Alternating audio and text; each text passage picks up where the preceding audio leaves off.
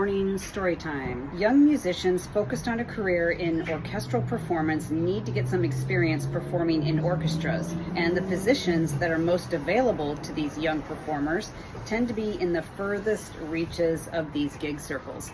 So he's talking about when you're just getting started freelancing, or if you move to a different city and you have to start over, you're more likely to get the gigs that are way like 600 miles away from the city center. Most freelance musicians seeking to earn a living playing orchestral music must make long commutes in different directions, radiating outward from their metropolitan area. Yeah, so when I lived in Chicago and was freelancing full-time, and I was new to the city, so I was taking everything, driving 5-6 hours away, which sounds insane now, but that's what you did, and that was normal. That's what freelance musicians do. And Jason's example, the author of this book, mentions, I have been doing this sort of work my entire life. When I lived in Sioux Falls, South Dakota, I regularly commuted to Sioux City, Iowa to work. Conversely, many musicians came in from places like Minneapolis, Omaha, and other nearby cities to play in the South Dakota Symphony. And then he goes on to mention when he lived in Chicago, he says, I began working in various orchestras across Wisconsin, Illinois, Indiana, Iowa, and down as far as Memphis, Tennessee,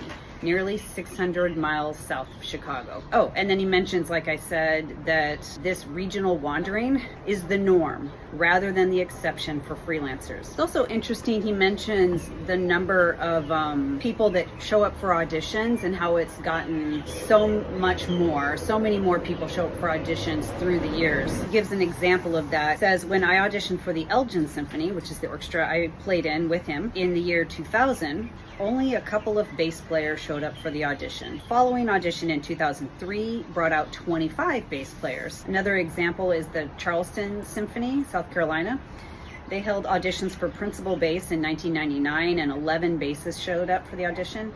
And in 2002, they held another audition and 75 bassists showed up. I mean, that's string bass. For flute, the numbers would be triple the amount. So like when I auditioned for the Elgin Symphony, I would guess probably 50 flute players were there, and that was in 1999. That same audition taking place today, that would be hundreds of flute players for that same position. And that's a regional orchestra where you're being paid per service, and you're going to be living in Chicago probably and driving a few hours to get there. Also, to remember the level of experience and education one needs to land a position in the Elgin Symphony and other such orchestras, regional orchestras, is now in many cases the same as what a full-time major orchestra position requires.